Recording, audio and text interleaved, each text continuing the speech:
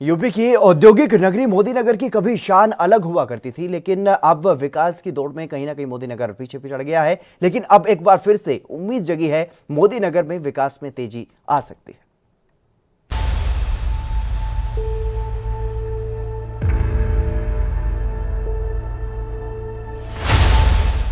एक दौर था जब यूपी का मोदीनगर उद्योगों के मामले में नोएडा को आंखें दिखाता था। दूर राजधानी भी मोदीनगर की उद्योगों की शान में रश्क करती थी।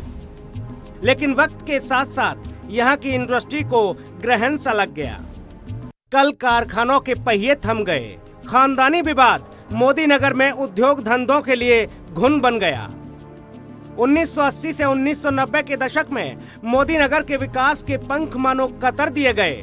मोदीनगर के संस्थापक माने जाने वाले गुजरमल मोदी के वारिसों में तकरार का लंबा सिलसिला चला, जो आज भी जारी है। एक एक कर कल कारखाने बंद होते गए। फैक्ट्रियों की चिमनी से उठने वाला धुआं कहीं ठहर सा गया। विकास की कहानी में आए इस मोड़ ने मोदीनगर और आसपास के सभी तबकों को परेशान सा कर दिया। किसानों से लेकर कामगार तक सभी इसकी चपेट में आए। गुजरमल मोदी के बेटों और उनके भाई केदारनाथ मोदी के बेटों के बीच दो गुट बन गए। आरोप है कि केदारनाथ मोदी और उनके वारिस उस विरासत को लीलने में जुट गए हैं जो गुजरमल मोदी ने अथक मेहनत से तैयार की थी। अब मोदीनगर एक बार फिर विकास के दोराहे पर है। एक बार फिर से उम्मीद जगी है। गुजरमल मोदी के छोटे बेटे उमेश कुमार मोदी चाहते हैं कि फिर से कल कारखाने आबाद हों। एक बार फिर से जिंदगी पटरी पर लौटे। एक बार फिर से कामगार और किसान के चेहरे पर खुशियां खिलें। उमेश मोदी के हाथ में एकल स्वामित्व है, लेकिन स्थानीय कामगार संगठनों का मानना है कि इसमें विलेन की भूमिका केदारनाथ मोदी के बेटे देवेंद्र कुमार मोदी निभाने में जुटे हैं।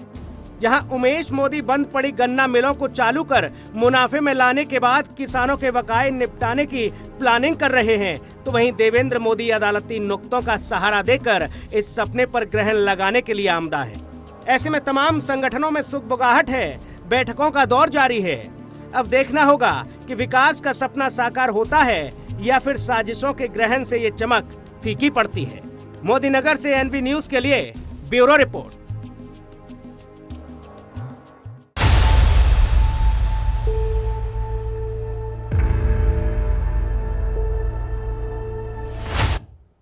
देश दुनिया की खबरों के लिए एएनबी न्यूज को सब्सक्राइब करें और बेल आइकन दबाएं।